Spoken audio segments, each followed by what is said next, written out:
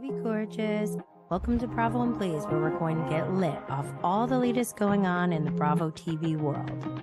This is a safe and uncensored space to discuss our love for everything pop culture and 420 related. So grab your can of goodies and let's get lit.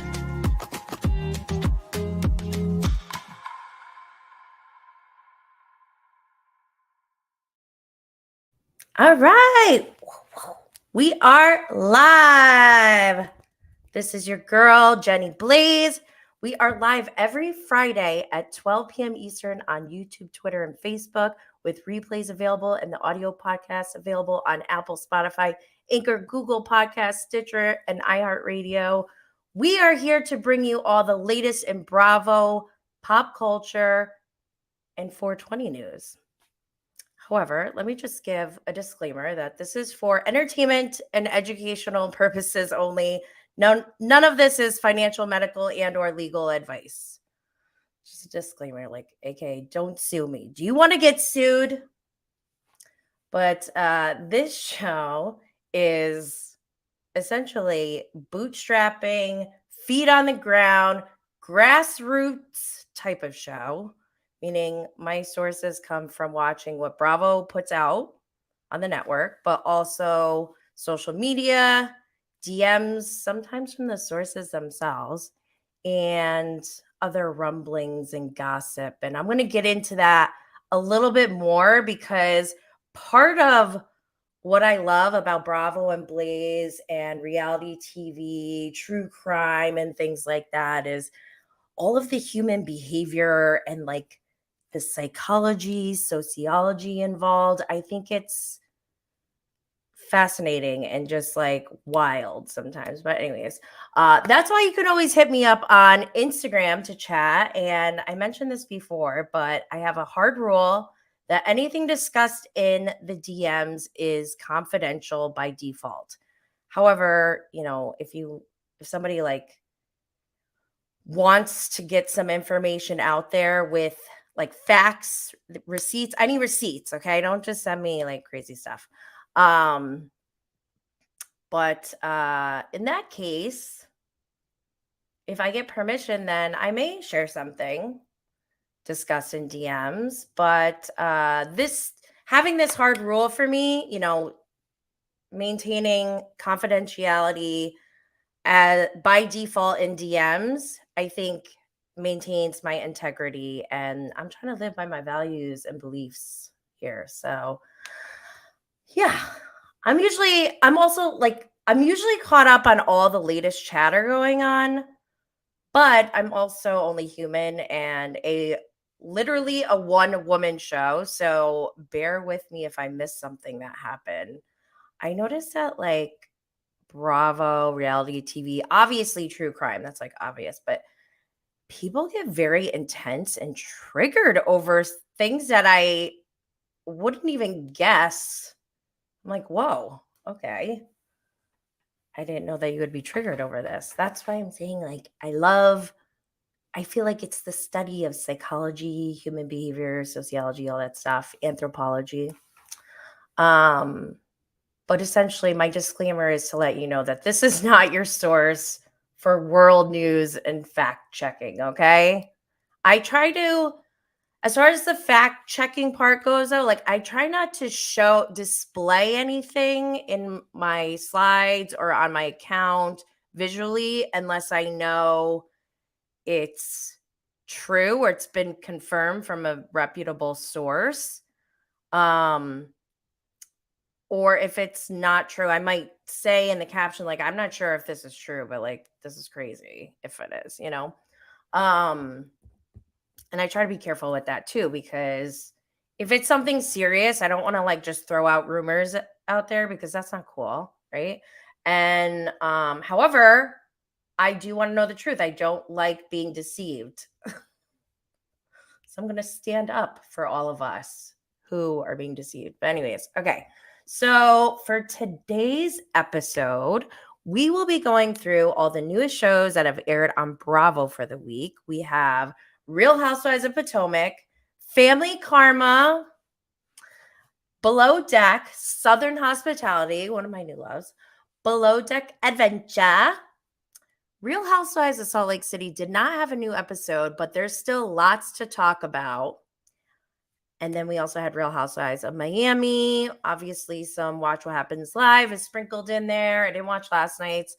And I want to give an honorable mention to Love Without Borders, $1 Million Listing, because I'm not watching them, but I know people are out there. So big ups. All right. I want to give a reminder, as always, don't forget to subscribe and turn on notifications. We are live every Friday at 12 p.m. Eastern on YouTube, Facebook, and Twitter.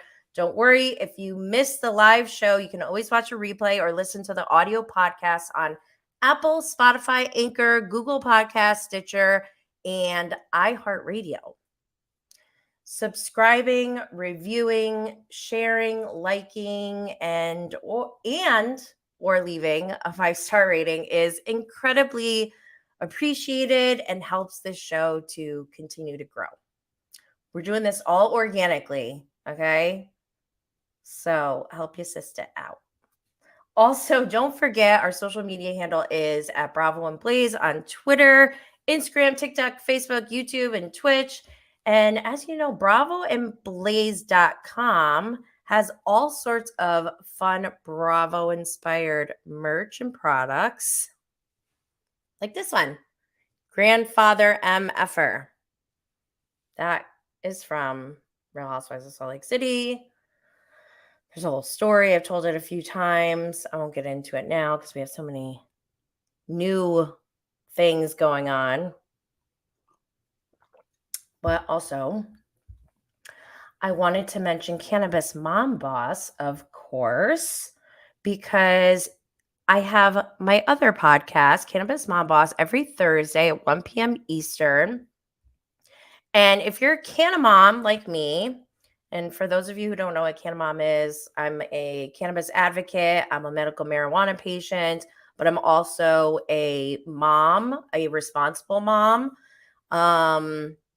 And I'm a badass boss, professional. I come from the corporate world, and I'll get into that. I want to stay on script right now because I'll get sidetracked.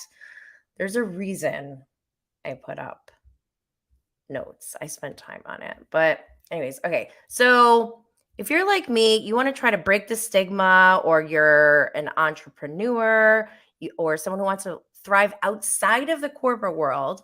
I mean, you can thrive in the corporate world as well, but please make sure you check out my other podcast, Cannabis Mom Boss, where I share stories of my life as a mom, cannabis advocate, and entrepreneur, but also lessons I've learned along the way about self-care, personal development, entrepreneurship, business, investments, and just life in general.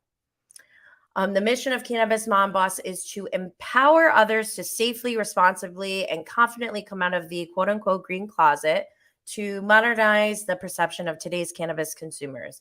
Cannabis Mom Boss is live on Thursdays at 1 p.m. Eastern. I know I said that already. Here on this same YouTube channel, which is also available for replay if you missed the live stream. If you are a podcast listener, you are in luck because Cannabis Mom Boss is also available on Apple, Spotify, Google Podcasts, and iHeartRadio.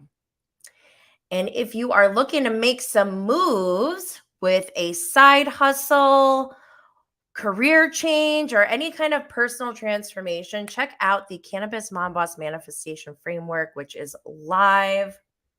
Let me switch this slide.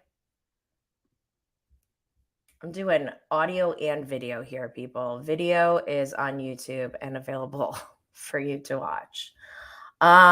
So the Cannabis Mom Boss Manifestation Framework is a crash course that gives you a glimpse into all the tools and strategies that I've taken from my formal education, professional experience, and personal successes that have proven to give results. And I've been sharing all of the receipts on my Cannabis Mom Boss podcast, so please join us.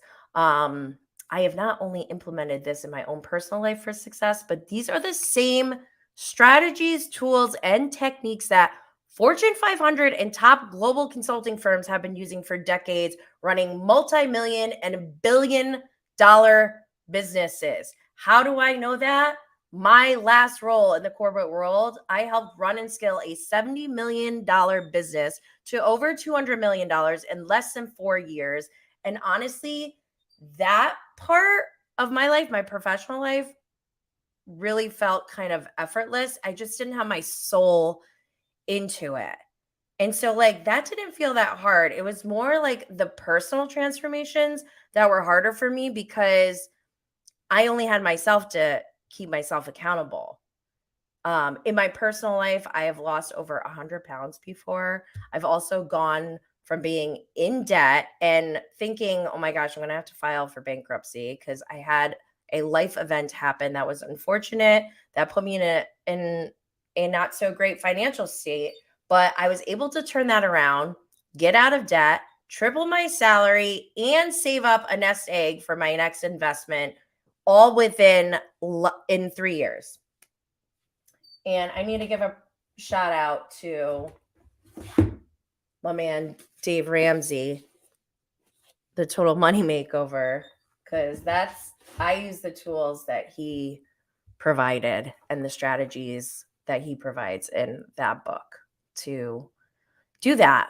But losing weight, I used other tools, and also building and scaling a business, an 8-figure business to 9-figure business. That was something that I was trained in, formally through my education from Rensselaer Polytechnic Institute. I have a Bachelor of Science in Information Technology, Electronic Media Arts and Communications. And I spent over 15 years in the corporate world at top global consulting firms. So I lost my place in my notes again. It's okay. But as much as, I'm sure you're all aware, people can give you the tools and techniques, like anyone can go buy this Dave Ramsey book here and, implement the tools that he provides. But if you're not holding yourself accountable, then it's not going to work for you. And also, sometimes your own situation is very personal and unique, and it needs to be custom. The tools that you use need to be customized for you in the best way, in a strategic way. So with the Cannabis Mom Boss Manifestation Framework, you also receive a personalized and confidential one-on-one session with yours truly, the ultimate hype girl, ultimate hype queen. Oh, I like that it's purple. I got my kid's microphone. Let me turn this off. It starts to give feedback when it's on and then just laying on the table. Okay.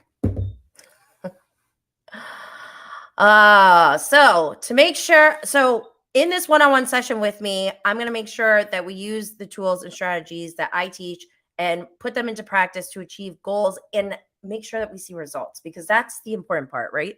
The results. We need to see results.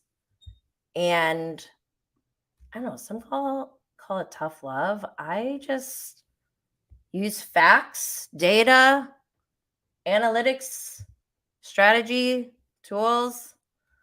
Anyways, the link to all Cannabis Mom Boss Manifestation Framework offerings and just links to my Instagram and everything, that's all in the show notes. And you can always shoot me a message if you have any questions. I'm going to move on to my shout outs for the week. I need to give a huge boss shout out to @baked_Bosnia on Instagram.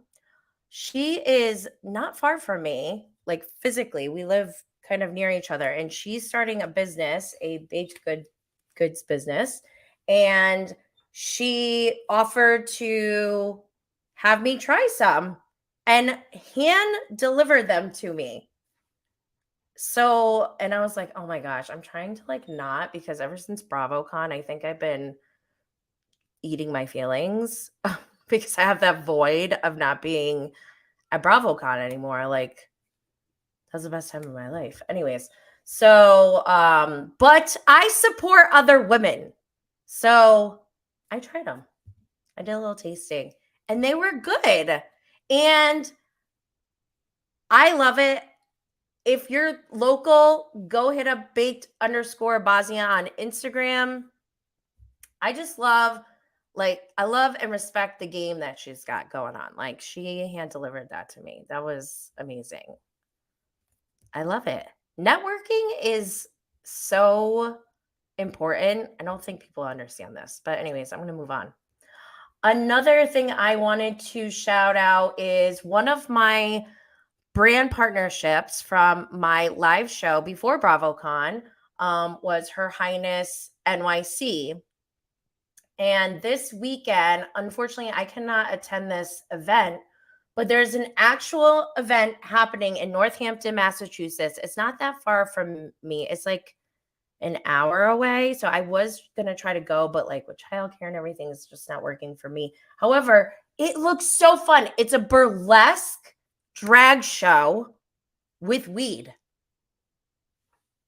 Can you get any better than that? Oh my God, I wish I could go. I would definitely bring my fan, my feather fan. So fun. Check that out. I also put their link in the show notes. Okay, and then before I move on, I did want to give one more shout out to Endo Canna Health. My buddy Len May, the CEO of Endo Canna Health, was recently interviewed with Montel Williams. Is that his name? Montel Williams, right? Am I thinking? Okay, it's not. For a second, I thought Montel Jordan, and that's not right. That's the This Is How We Do It guy. So yeah, I think I mentioned this. I just recently took a 23andMe test. Finally, I was like so against taking genetic tests for so long, but then I finally caved because like my husband just bought it. There was like a Prime Day sale or something. He's like, look, I got this for us. And I was like, I don't want that. Like, I don't want my DNA stored anywhere. I don't know what you people are going to do. I said you people. I don't know what they're going to do with my DNA and stuff. Like, I don't feel comfortable with that. But then when I talked to Len and he said that he had an integration with his product. So his product has an integration with 23andMe and Ancestry.com and all that stuff. And he can take that same data and they have a way to show like which cannabis strains are good for you or bad for you, depending on some of your genetic traits. And I was like, okay, this is worth it for me. Like, I know I'm not going to commit any crime, so whatever, have my DNA. Just, I hope they don't like clone me someday. Actually, maybe I do. Maybe they should clone me because I could really use some help. I would love to have another one of me. Anyways, I'm getting off track, but I'll put links in the show notes to Endo Canna Health as well. I'm also trying to incorporate weed news into Bravo and Blaze, and I didn't really see that much going on this week. The biggest news I saw something about like the third recreational dispensary to open up in New York is happening soon. And of course, we want to cheer and root for every win. But I'm like, come on, dude. This happened. Like, my kid is the same age as long as our state has been able to be fully legal. And we are only on our third dispensary. And like, this is, I just can't. But whatever. Congratulations. We're moving forward. I did want to make this section kind of a shout out section too, because you may know, if you've been following, that I'm California sober, which means that I do not drink alcohol anymore, but I smoke weed.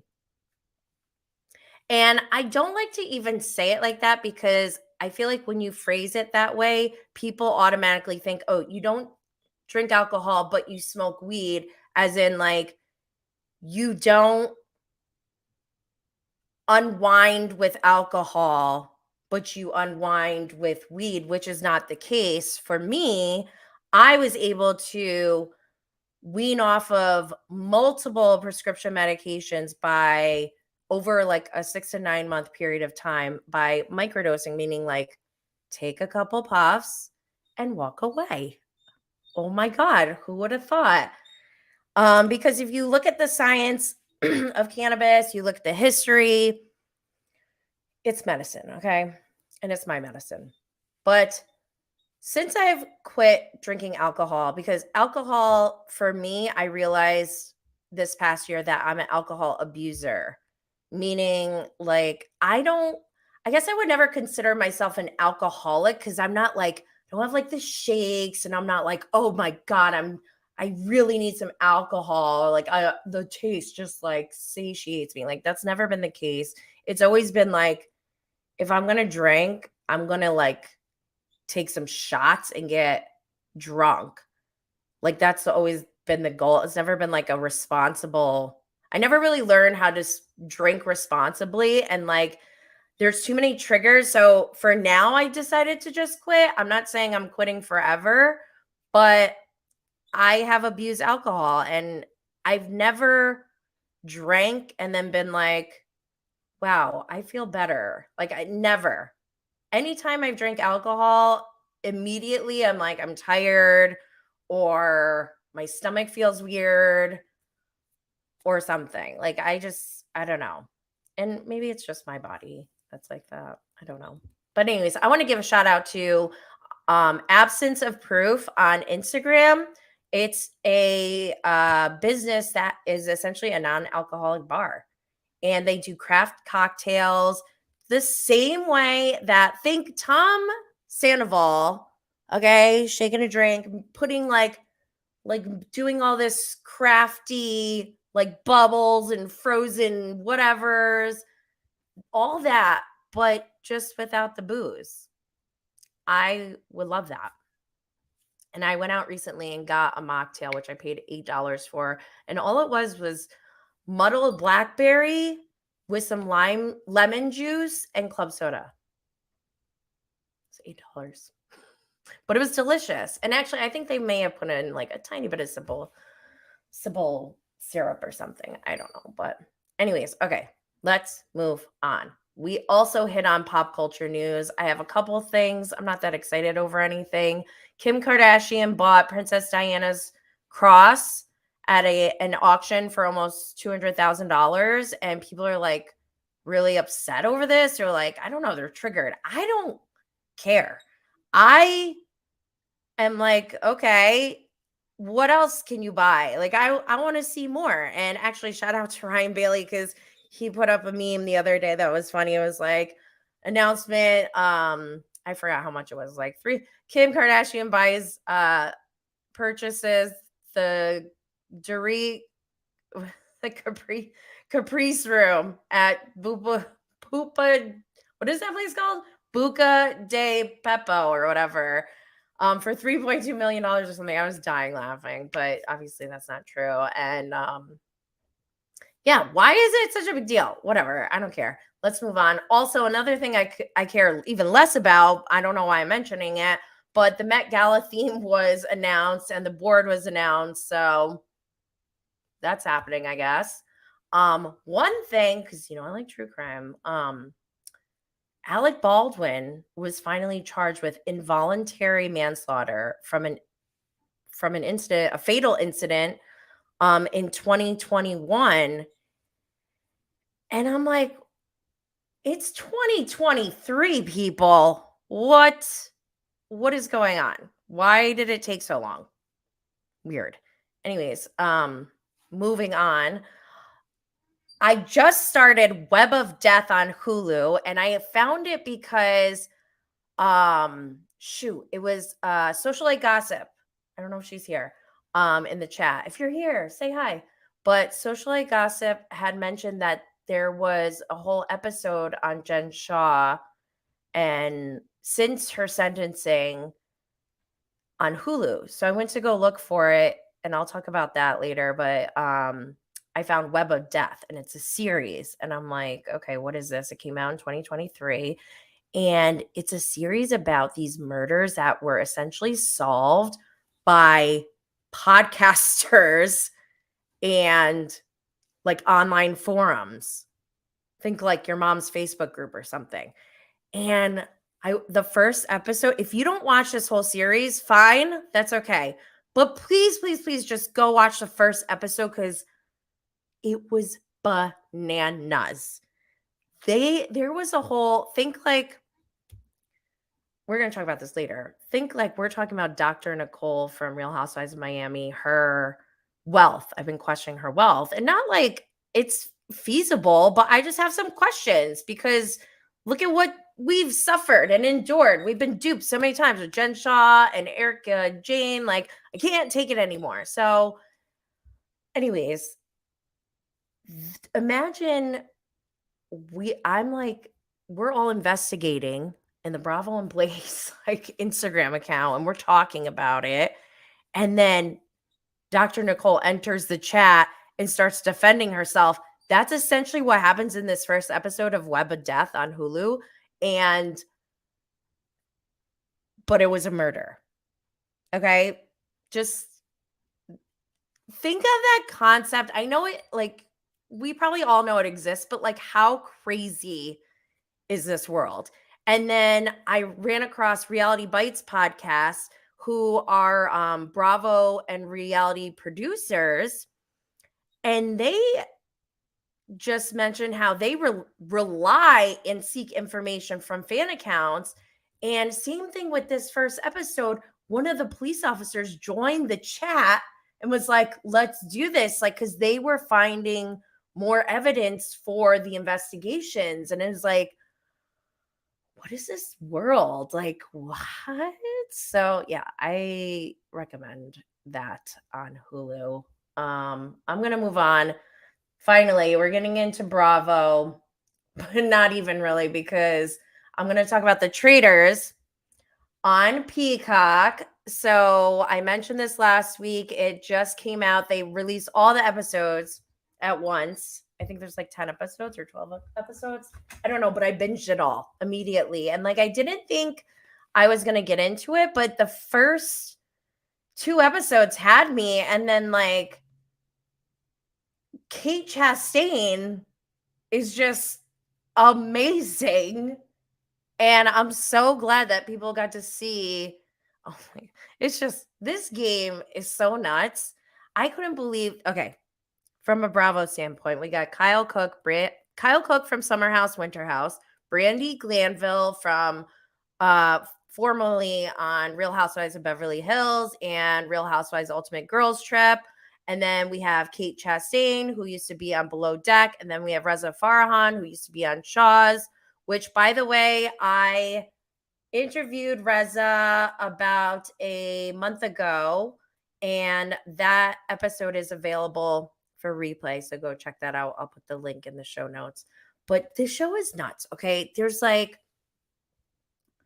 I don't want to give away too much in case anyone didn't watch it yet, but there's like missions and challenges. And one thing right off the bat, I'm like, oh my God, this is so funny. Because it's 4 Bravolebs and then like a handful of Survivor and Bachelor people, and then Ryan Lochte. But then the other half of the people are normies, and no one knows who is a traitor. There's 3 traitors that get picked, and then their job is to basically, at the end of, they have a challenge, then they go to bed, they murder, the traitors murder, obviously, a faithful, someone who is not a traitor, that night. And then like, it's a big reveal the next morning at breakfast. And then the traitors have to pretend like they don't know. And then they go and do another challenge. And at these challenges and missions, they're collecting money for the pot at the end, which is only $250,000. And I know, I don't want to say only, like that's a lot of money, but for the things they had them doing, I was like, these challenges, some of them were easy and like, okay, whatever. Some of them, I would pay $250,000 to never do that. So that's just to give you an idea of like how crazy this show is. But I got really emotional in this show. I think they had to have some reality stars on there because already off the bat, I'm like, okay, I'm here rooting for my 4 Bravolebs, but then right off the bat, here they go, start targeting them like they were easy targets. So I'm like, oh, hell no. And then I'm like, this game is like kind of twisted, like the psychology behind it and like the weight of them having to deceive. Like I kind of have a mild low-key crush on Cody. I won't say exactly why, but like I just like you can see how I think I probably just gave it away, but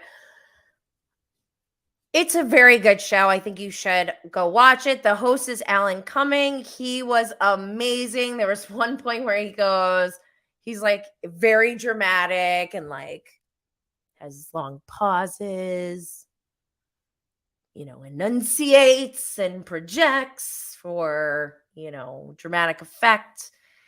And at one point he made a joke and they're all laughing. He goes, "Why are you laughing? Someone was just murdered." And that's just the kind of humor that I love. But Kate Chastain is the MVP. She is so funny to watch. I don't condone her behavior, okay? I'll just say that. But I could relate to her so hard because, like I said, I would pay $250,000 to not be a part of this show with some of the things that they did. Like, no, thank you. Not worth it for me. I was shocked that they actually got them to stay as long as they did. Anyways, the whole thing, I highly recommend it. It's on Peacock. Go watch it. But questions that came up after watching it, I was just like, could I be like if I just played that game, I'm not even talking about cameras or anything. If I played that game with people I love, or even people like, okay, maybe people I don't know, strangers, that would make it a lot easier. But what if I had to like lie straight to someone's face? Like, I don't think I would be a good traitor. I'd probably get out right away. Good show. So because of Traitors, I believe Reza was on Watch What Happens Live.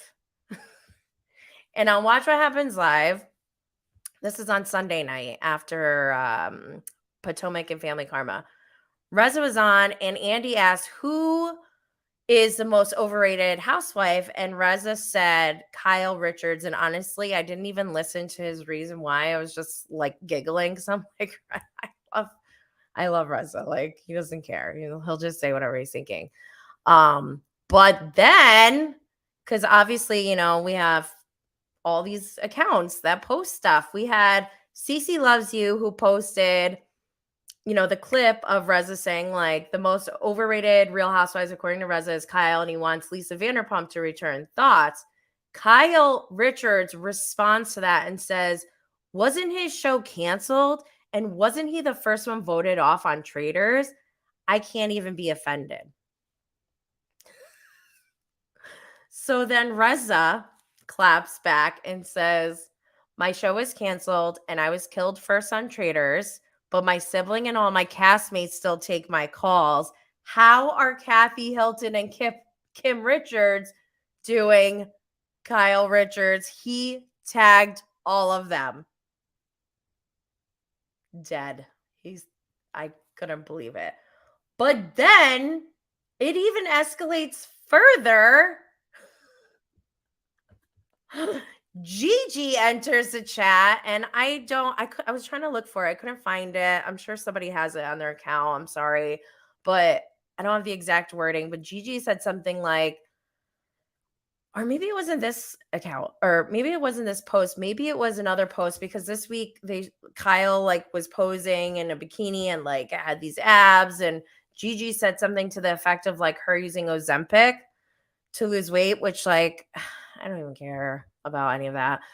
But then don't forget Gigi and Kelly Dodd went at it a while back, but Kelly Dodd then responds to Gigi's comment and was like, something to the effect of like, you're just mad you're never gonna look that good or something. And I was just like, what is even happening? This is bananas. But again, shameless reminder, go watch the episode with Reza if you haven't checked it out already. Oh my gosh. Speaking of Beverly Hills, some things went down this week. I'm going to go off the slides for a second. Okay. So we know that they've been talking about casting and things like that. We know who's off. Lisa Rinna's off. Diana Jenkins is off.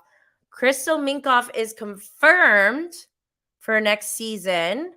But also I heard that one of her 14 friends is going to be on as well, and some other new lady. And honestly, I hate this franchise, so I don't really care that much. If I cared more, I would have maybe gathered it all together, but whatever. Anyways, but speaking of Beverly Hills, that reminds me of Brandi Glanville, who we just talked about, who's on the Traitors.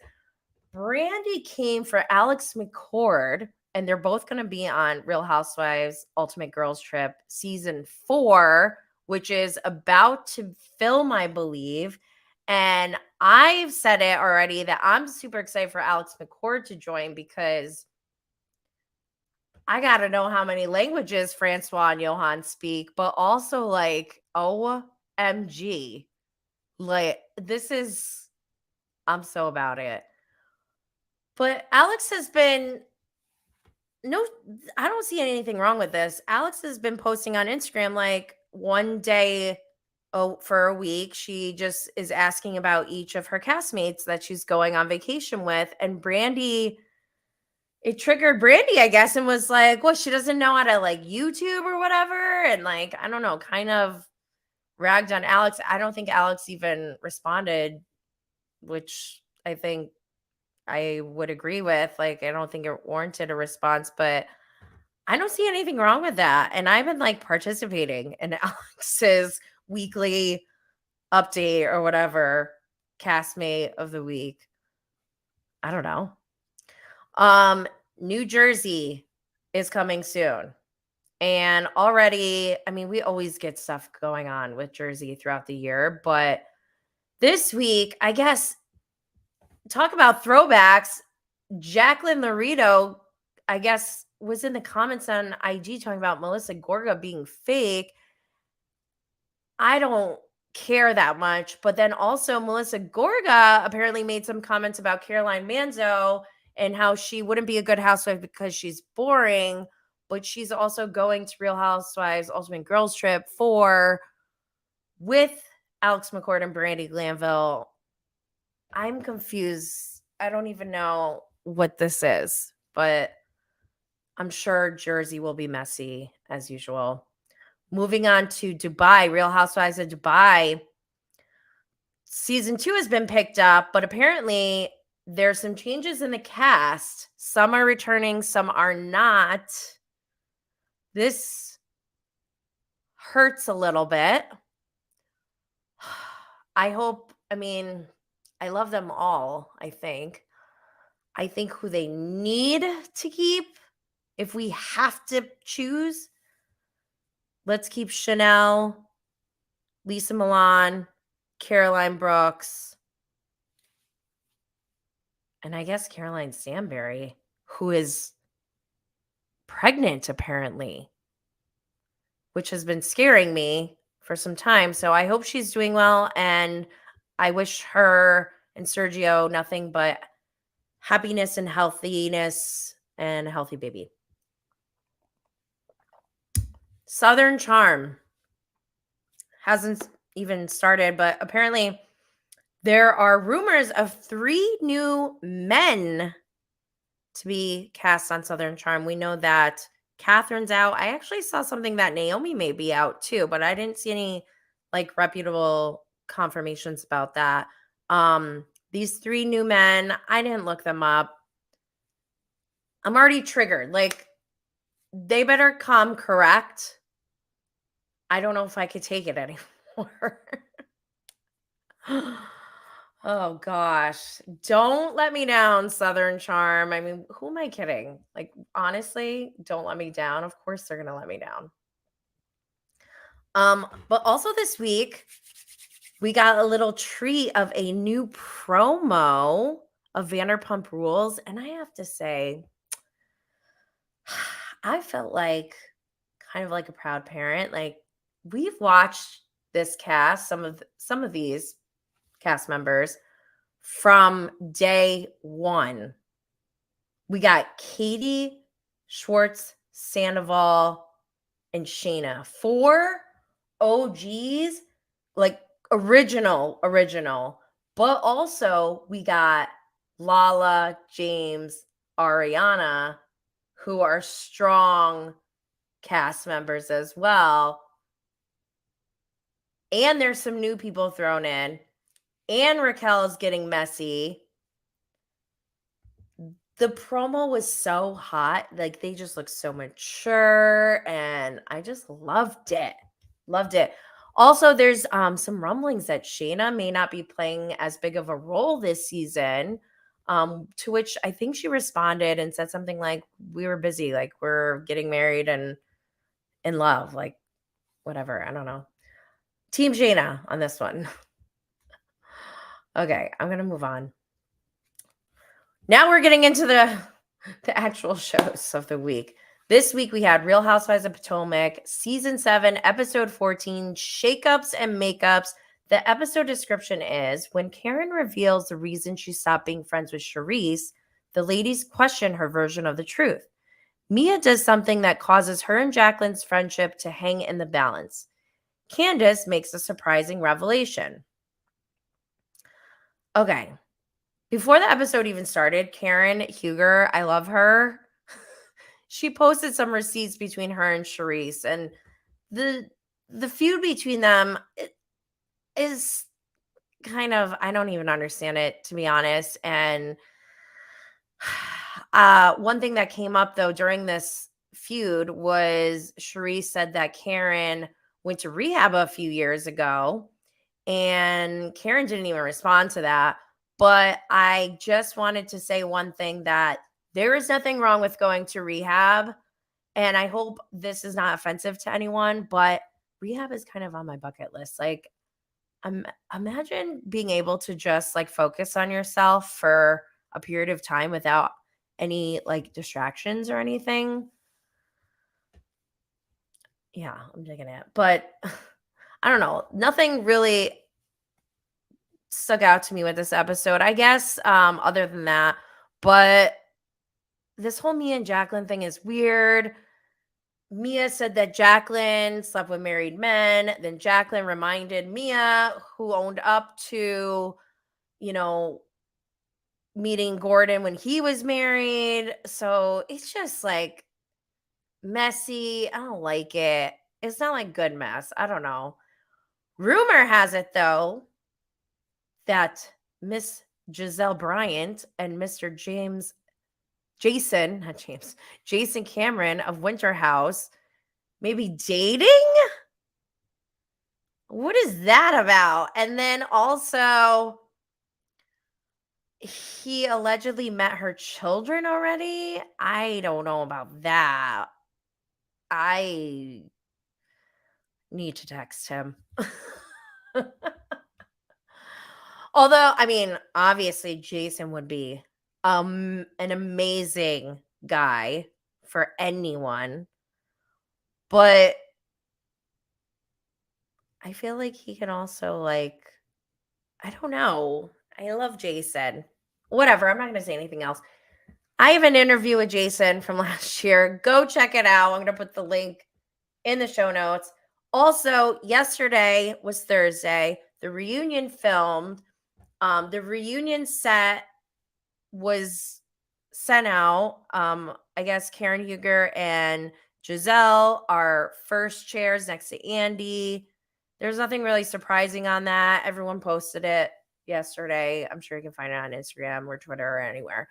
But I'm gonna move on because I don't know. I'm just like not feeling it with Potomac lately. Family karma. Okay. I love Family Karma. I forgot to include one of my notes here. But Family Karma season 3, episode 10 is Project Karma. The episode description is Anisha puts it all on the line for a make or break fashion show.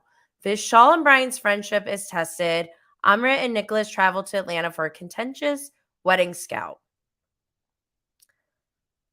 Did I miss that part? I don't remember. I do remember them talking about the wedding a lot. And this is so I just love Amrit, Nicholas, their relationship with Amrit's parents, Nicholas being open about his family dynamic and them not being as open. And oh my God, I got chills because I'm just thinking about season 2. If you have not seen Family Karma, go watch season 2 because I'm telling you, it may be the best reality TV I've ever seen in my life. And it's because there are such important parts, important things going on in life that are like, these are precious moments, like so vulnerable and sacred. And I feel honored to be able to witness some of these things that are going on. So, love them. I love them.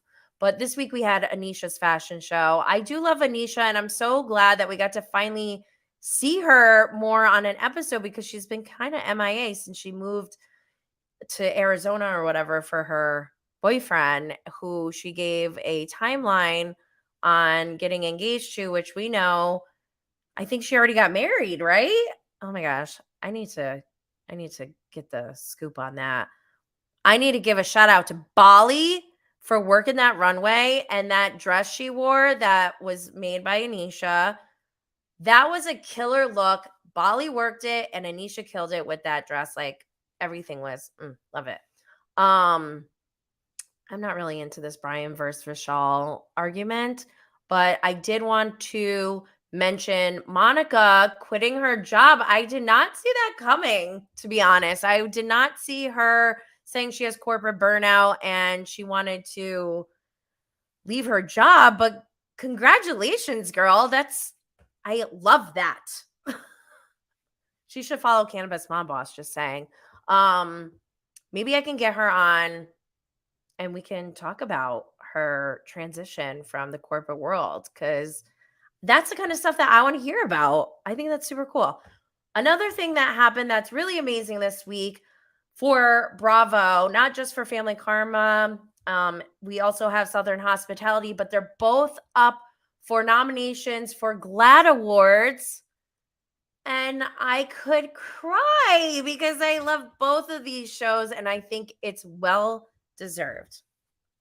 I'm going to move into Below Deck, though, so I stay in order of what's going on during the week because it helps me stay on track.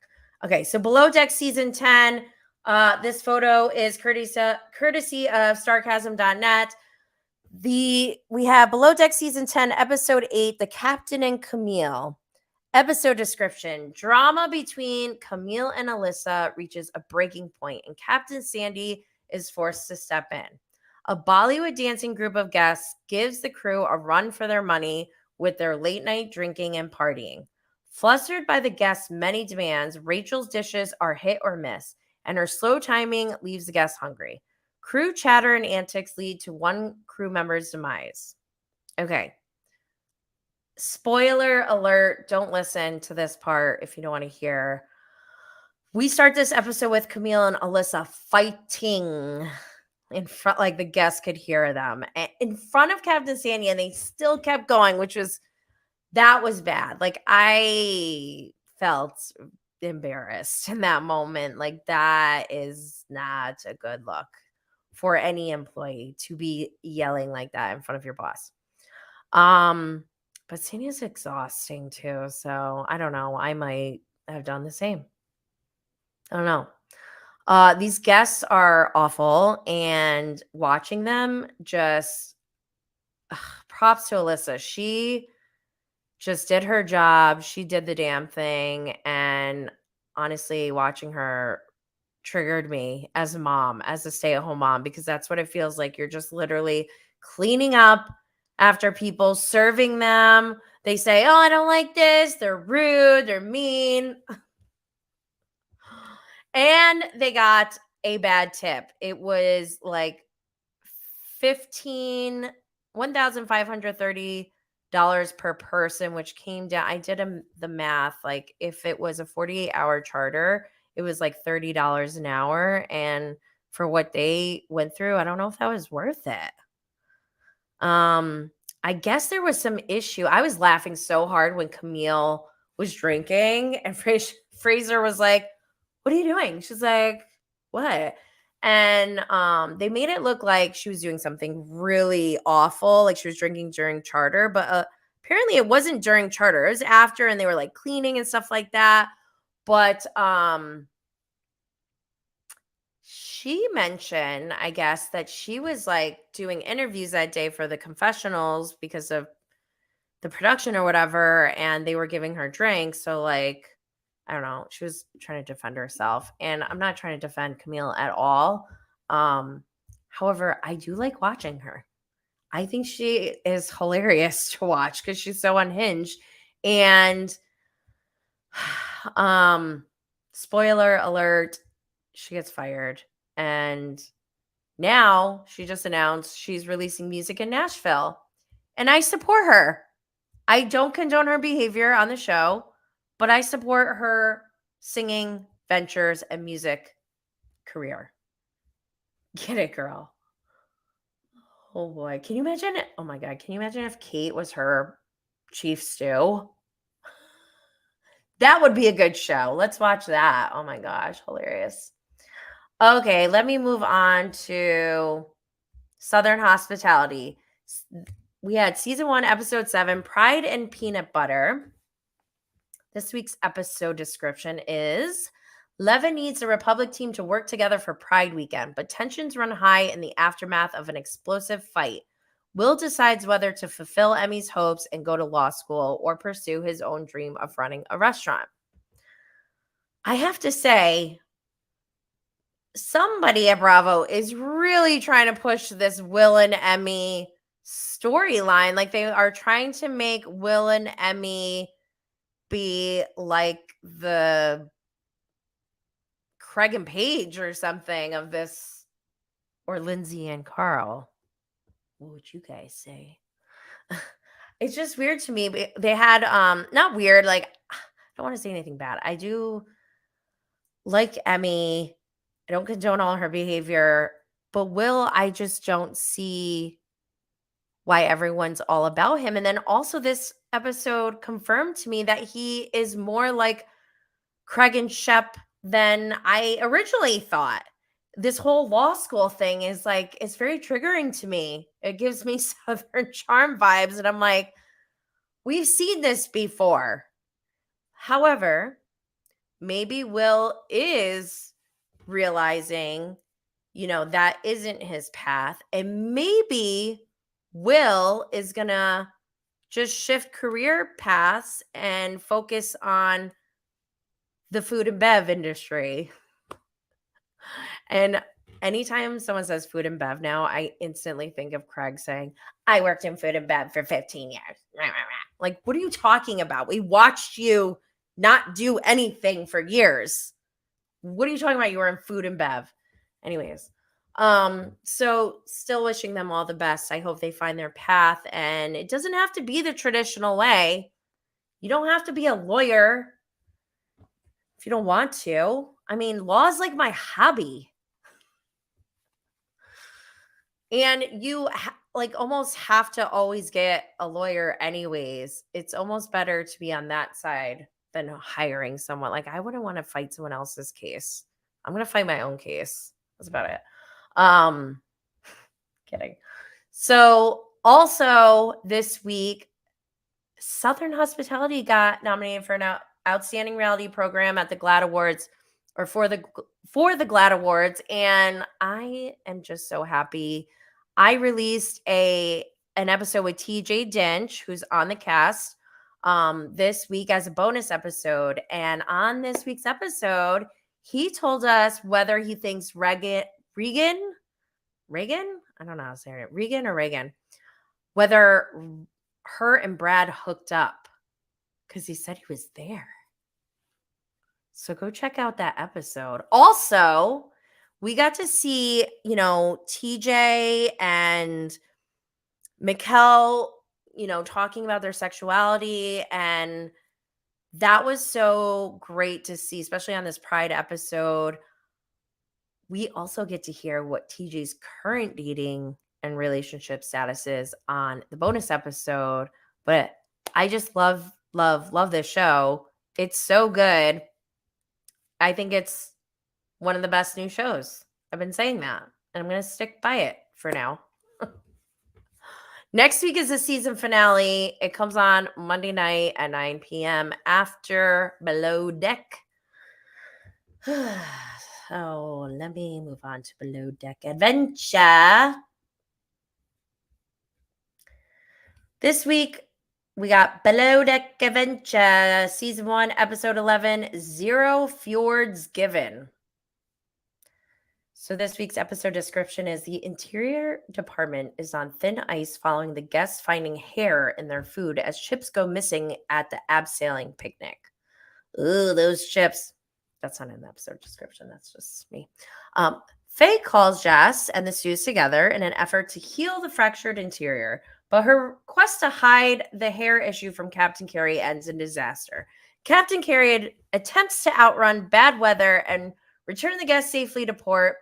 Casey teaches Mike how to make a bed as the two get closer. Seth tries to further his relationship with Faye.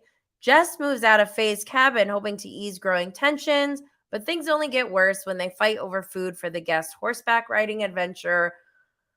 A promotion in the exterior department rattles the rest of the deckhands. There's a lot going on there. And I forgot to include my picture of Captain Carey because I sent him some Boat Daddy hats from my Bravo and Blaze shop, which he received. And I also, his daughter, I support other women, and his daughter selling Girl Scout cookies. So I got some of those too. Oh, I'm trying not to eat them. I have willpower. Okay. Anyways, and also Captain Carey was on Watch What Happens Live with Brad Goreski, and I think the real Friends of WeHo, whatever that show is on MTV, I think that comes out today. And I want to watch it, but I almost kind of want to binge it because I can't go to MTV. I need to it's too much for me. It's hectic. One thing I wanted to mention about Watch What Happens Live this week was they had 2 professional wrestlers on, and I think they're in NXT, which is the pre-WE. It's where you train to become a WWE wrestler, but they had Bianca Belair and Montez Ford. I never knew who they were, but I love them. And this is my fantasy come true. Bravo plus WWE.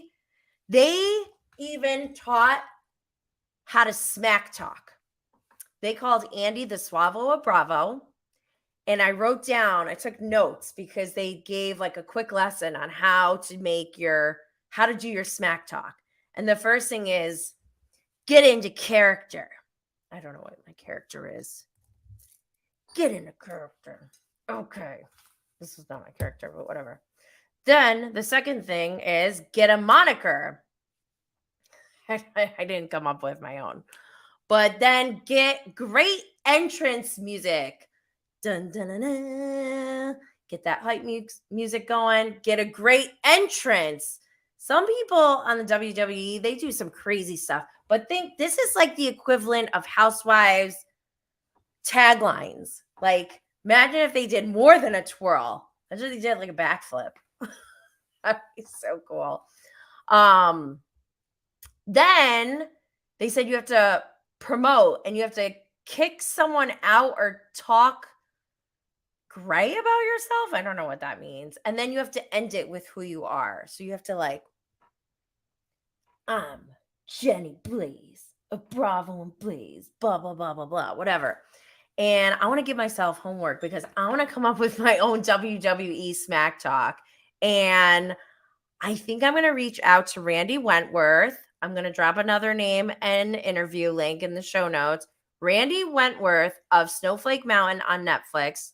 If you haven't watched it, go check it out. It's basically a modernized version of Beyond Scared Straight. These like parents send their adult children who are like, they call them snowflakes. They don't, because they like are fragile, they can't take care of themselves or whatever. They send them off to like boot camp in the woods. And I got a chance to interview Randy as a bonus episode, and he is an aspiring WWE wrestler. And go follow him. I don't know if I put it in the show notes already, but he does smack talk on his Instagram, and every time it scrolls or I'm scrolling through and I see it, I'm like, yes, like I love that stuff. That is like, bravo, WWE. Put that together. That would be so fun. I would love that. Would love that. Okay, moving on to Salt Lake City. Okay. Where do I begin? Okay. We had the finale last week. There was no new episode this week. The alleged 3-part reunion is on the schedule for starting next week and going for 3 full weeks. However, Andy said on his show that he wanted to interview Jen the following weekend, which would be last weekend. He wanted to go out to Salt Lake City and interview her. But then we find out that it doesn't happen. And then Jen Shah makes a statement. Okay, I'm going to read this. All right. This is from Jen Shah's Instagram after it was announced or leaked or whatever that Andy and Jen didn't have a sit down. This is from the real Jen Shah. Official statement from Jen Shah regarding one-on-one with Andy Cohen and Bravo. On January 6th, I stood before Judge Stein and asked him to see me not as a fictionalized character, but as the real Jen Shah. Should I read all this? I don't know if I should should I read this? I'll keep going. I am now at a point legally, emotionally, and mentally where I can answer some questions and provide a few unknown details about my case. I want and need to share these critical facts. I owe it to those that love and support me to hear the truth. I will not be doing the one-on-one with Andy Cohen and Bravo because of their unwillingness to remove contractual provisions that would allow the network to legally make misrepresentations of me and my story relating to any and all topics prior to and during the course of my participation. That to me says we can do an interview, but I have some terms. And I'm just reporting here, okay? I'm not taking anyone's side, but if I was Jen Shah in that situation, I wouldn't be like, yeah, just do an interview and then let them have full control to edit and change make it look however they want. Like, that's the thing about reality TV is you're handing over your rights to tell your story. So I get that from her part, but I also get it from, I don't know. I feel like Bravo could have maybe still made some kind of deal. I'm kind of disappointed, and I'm not disappointed because I think Jen Shah should be interviewed. Like, I'm not, and this is where I'm like, should I read this? Because I feel like I shouldn't even give her a platform really, but this is part of our context. This is the show. And this is what's disturbing to me. It's like, I don't want this. I don't want to be talking about this kind of stuff. I don't want to be like, this is too much. As I go on to the next part of it, I'll finish reading it. So this is back to Jen Shah's statement. This specific one-on-one interview was not part of my Real Housewives of Salt Lake City reality TV contract. I promised myself and my loving family that I would not allow this portion of my life to be sensationalized or inaccurately conveyed. Zendaya eye roll. For those of you who are watching, rolling my eyes so hard right now. Sorry. Here, we'll do this. Too many people have been hurt by my actions and my inability to control my own narrative. Yeah. I would rather remain silent and wait until I'm able to accurately share my story than continue having complete lies and misrepresentations about me smeared across the headlines. I intend to speak and you will hear from me. I will share my story and this painful part of my life very soon. Jen Shaw.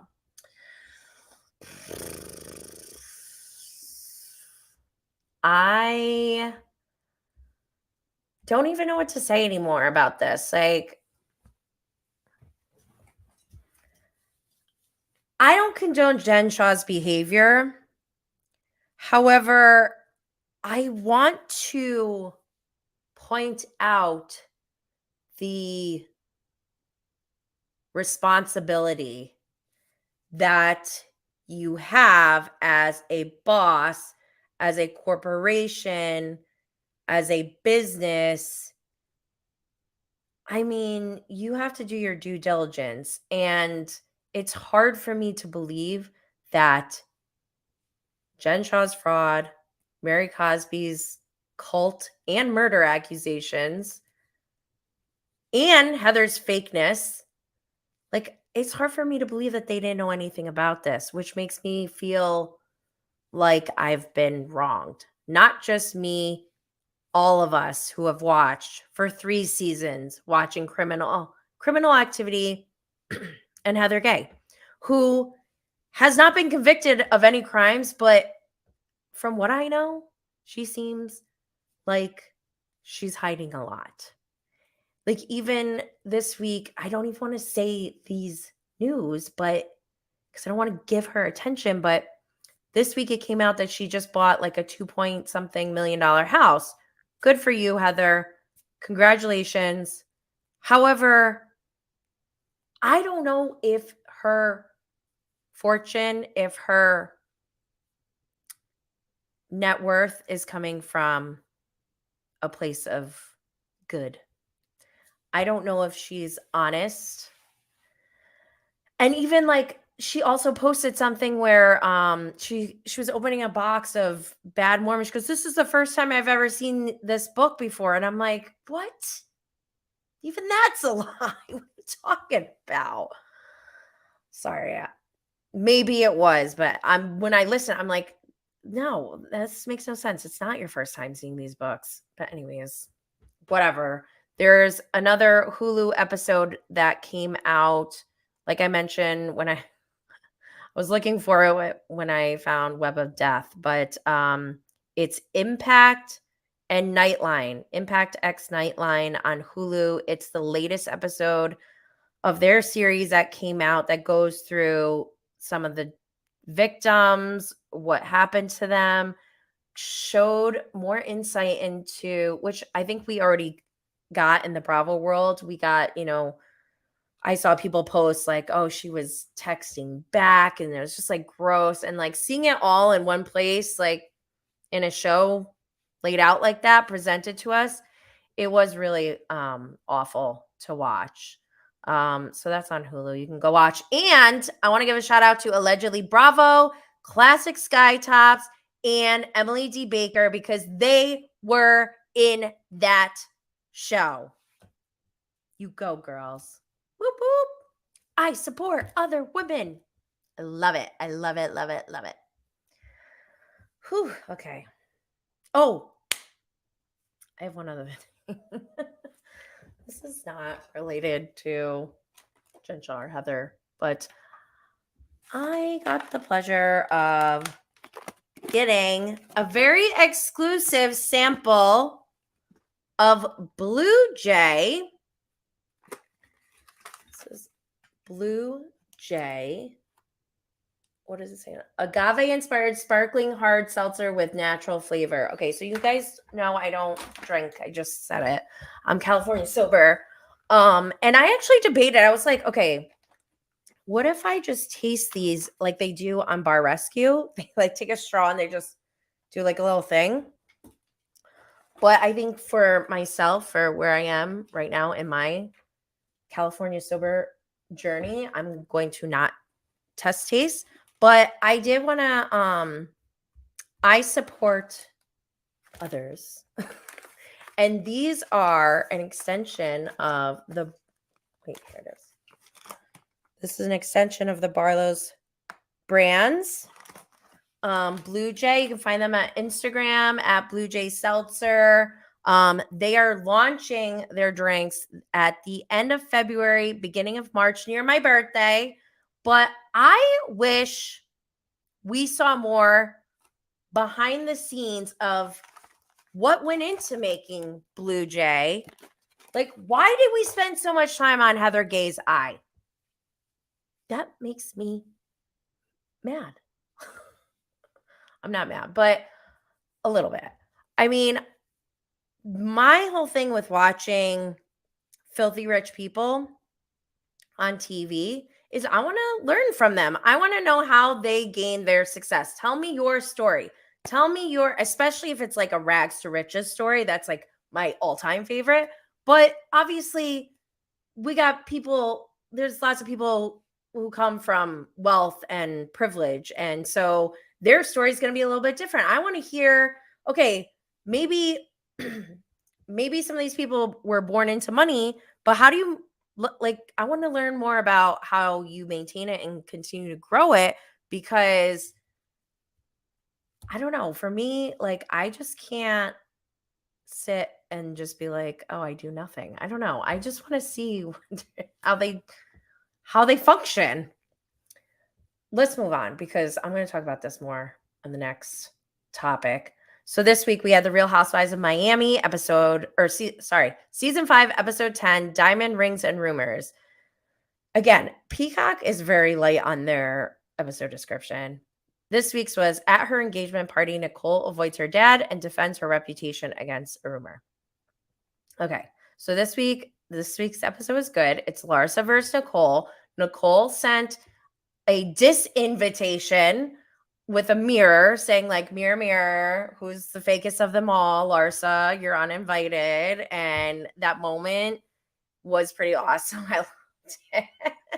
I did love it. But I'm still Team Larsa in this situation. And if you've been following along, since Nicole entered Miami, I just have not got on board. Something about Dr. Nicole feels very fake and phony to me. For one, her accent changes in her confessionals and when she's talking to the women.